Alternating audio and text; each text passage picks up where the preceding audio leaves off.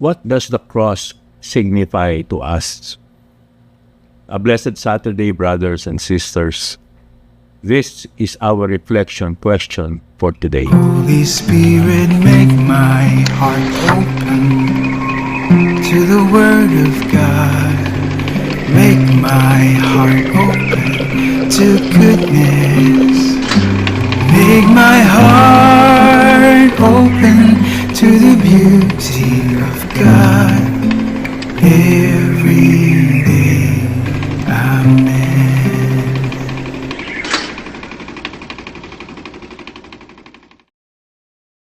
What do we celebrate today? The Feast of the Exaltation of the Holy Cross. We remember two historical events: the discovery of the true cross by Saint Helena, the mother of Emperor Constantine, in 320, and the dedication in 335 of the Basilica and Shrine built on Calvary by Emperor Constantine, which marked the site where Christ was crucified.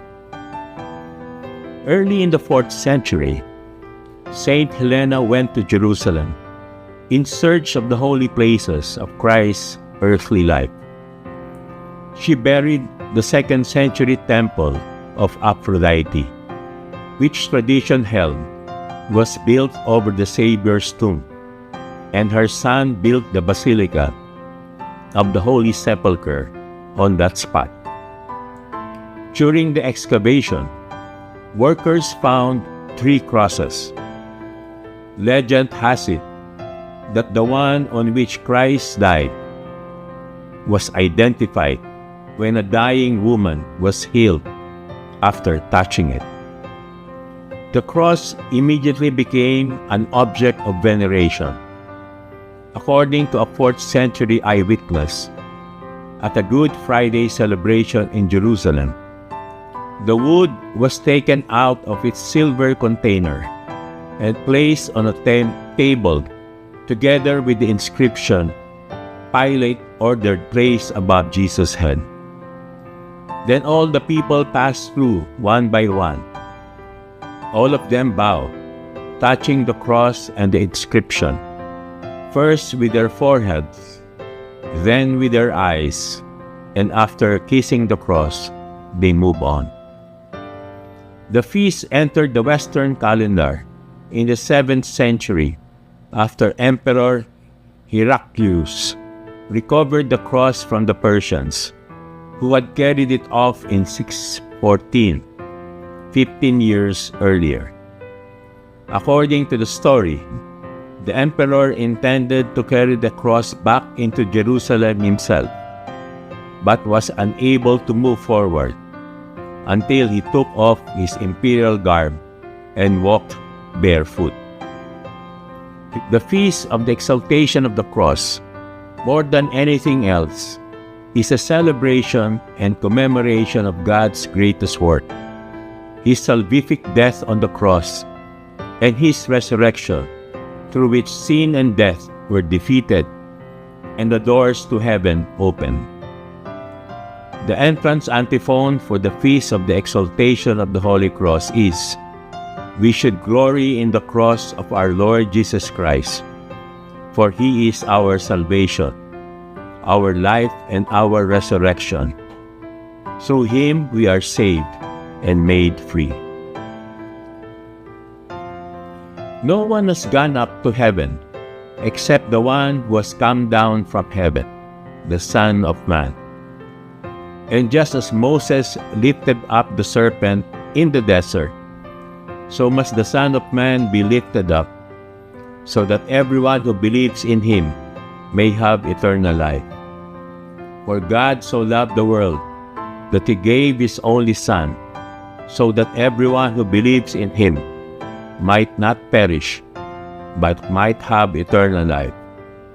For God did not send His Son into the world to condemn the world, but that the world might be saved through Him.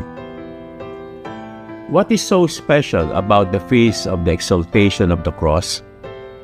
We remember not only the finding of the cross, but also to celebrate how an instrument of shame was used to overcome death, bringing salvation and eternal life to man. The cross is at the very center of Christian faith. The same cross manifests to all men God's love for the world. On this feast, we pray for the grace of faith to trust in the Lord's ways.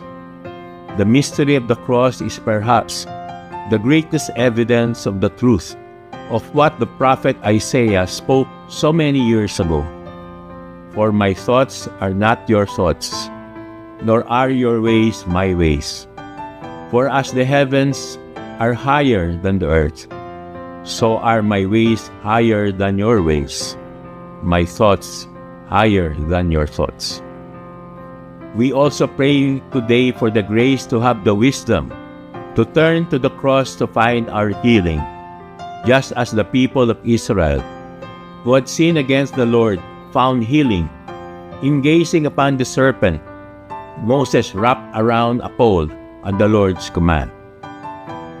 This is the undeniable proof of God's great love for us. It is also why we should rejoice in Christ, and in the process He Himself gives us. For as Jesus also says in today's Gospel, "For God so loved the world, that He gave His only Son, that whoever believes in Him should not perish, but have eternal life." Let us pray. In the name of the Father, and of the Son, and of the Holy Spirit. Amen. O God, who willed that your only begotten Son should undergo the cross to save the human race, grant, we pray, that we, who have known His mysteries on earth, may merit the grace of His redemption in heaven. We adore you, O Christ, and we bless you, because by your holy cross you have redeemed the world. Jesus, King of mercy, we trust in you. Amen. In the name of the Father, and of the Son, and of the Holy Spirit. Amen. God bless your families, brothers and sisters. God bless our Catholic Church and couples for Christ.